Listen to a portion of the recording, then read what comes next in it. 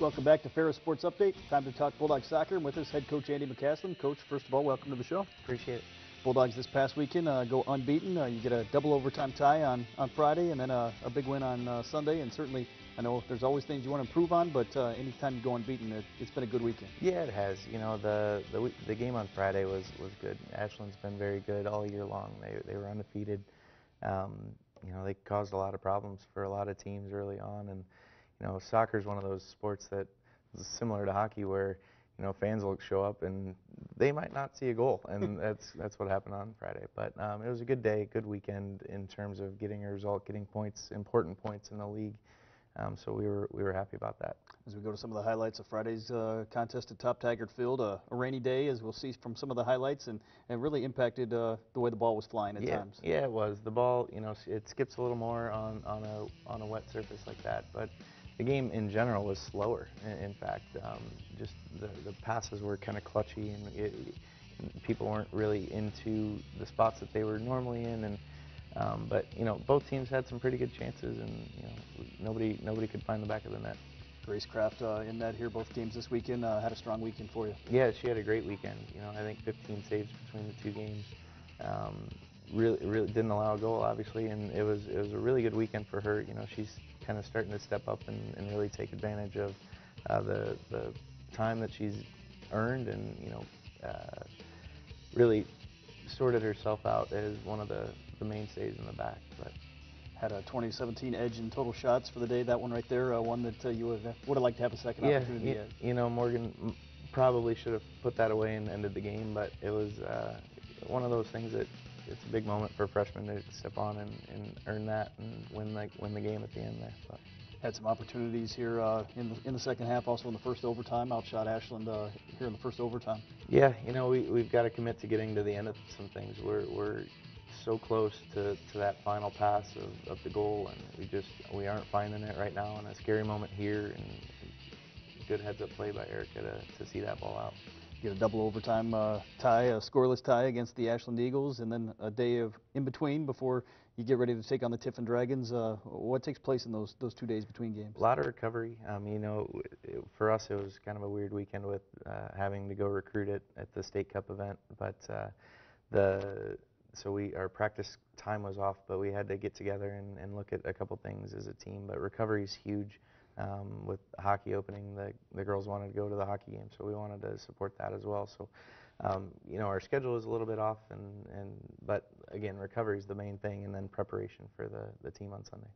Tiffin Dragons come in on Sunday in much better weather conditions here, and again, two teams that really battled throughout, and another close game. Yeah, it was a beautiful day. It was sunny and warm, but the game it was very slow for us. You know, we were maybe unfortunate not to score a couple more goals. We could have created a little more, but as a whole, we needed to play a little bit better and a little bit faster. And given Grace another great save right there, we need to give her a little more of cushion that she maybe didn't have to make as many saves as she did. But so we just need to be a little cleaner and a little sharper. But again, we're a young team, and we're figuring those things out. On a positive note, as we see here, some opportunities, 33-10 in total shots. Certainly had some chances to try to put one in. Yeah, multiple chances, and you know, you get that many shots, you hope to get at least half of those on frame, and from there you're hoping to get about a third of those into the back of the net. So we're a little frustrated with how the finishing is going right now, but that's, you know, it's on the players to be a little more consistent and us to demand a little more. As this one stretches out, we'll see the Bulldogs here coming up shortly. Finally get the goal in the 81st minute from Rachel Fouts. Yeah, one little moment of quality out of some midfield play, and then a finish at the end, and a great finish. You know, we asked a little bit more of a couple kids in some key moments, and that was one of them. Bulldogs with the victory is you get the win, GLIAC victory, and an important win in terms of the conference standings. Yeah, you know, 3 points are very important, and you can't drop those, especially at home. You know, we go on the road this weekend to Lake Erie and to Walsh, and not easy places to play. You know, and we're on a field about the size of Top Taggart this weekend on Friday, and then a big, huge grass field on Sunday. So it's just very different, you know, life on the road as well. So But at the end of the day, you know, we're just shooting for points and hoping that we can get into that top 8 first, and from there we can talk about seedings and placement. Bulldogs, as you mentioned, go to Lake Erie and Ohio this weekend. What do you know about the opponents this weekend? What does it take to go on the road and pull out some wins? You know, both teams are playing really well right now.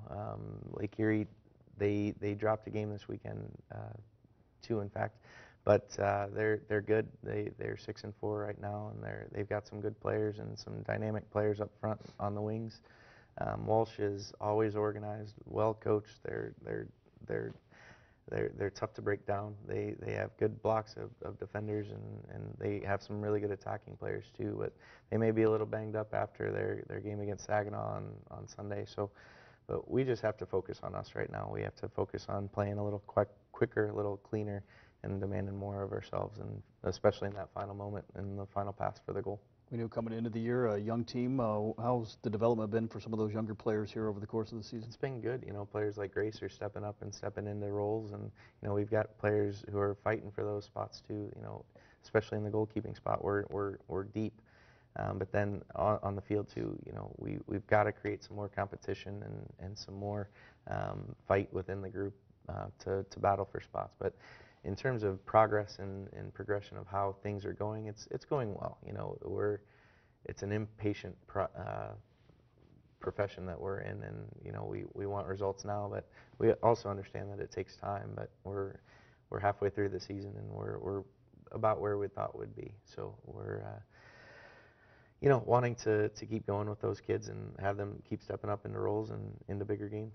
What will be some of the keys to try to reach some of those goals in terms of getting into the GLIAC tournament and hopefully getting as high of a seed as you can? Yeah, you know, scoring goals is first and foremost. You know, we're creating chances all over the place, and probably the better chances in the games that we've had. So I'd be hard pressed to say that we're out of any of the games that we've played. We just need to do a little bit better job in the final third.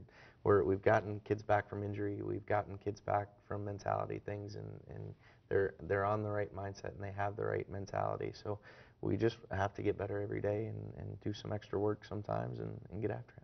I know the Bulldogs certainly playing at Top Tiger Field. What's that been like this year as you get ready to play on your new field next season? Yeah, it's different right now. You know, we're juggling schedules a little bit, and the bounce is very hard and the play is fast because of the turf, and that's okay. We just have to adapt to it and play to it. But the new surface is going to be great. The artificial turf that's out there that's being laid right now looks great for the artificial surface, and the game field looks unbelievable right now. We're so blessed and lucky. Well, Coach, best of luck to the Bulldogs as you travel to Ohio this weekend, and congratulations on this past weekend. Thank you very much, Rob. That's going to do it for another episode of Ferris Sports Update. A reminder, you can follow all the action, get all the information online at ferrisstatebulldogs.com. Have a great week.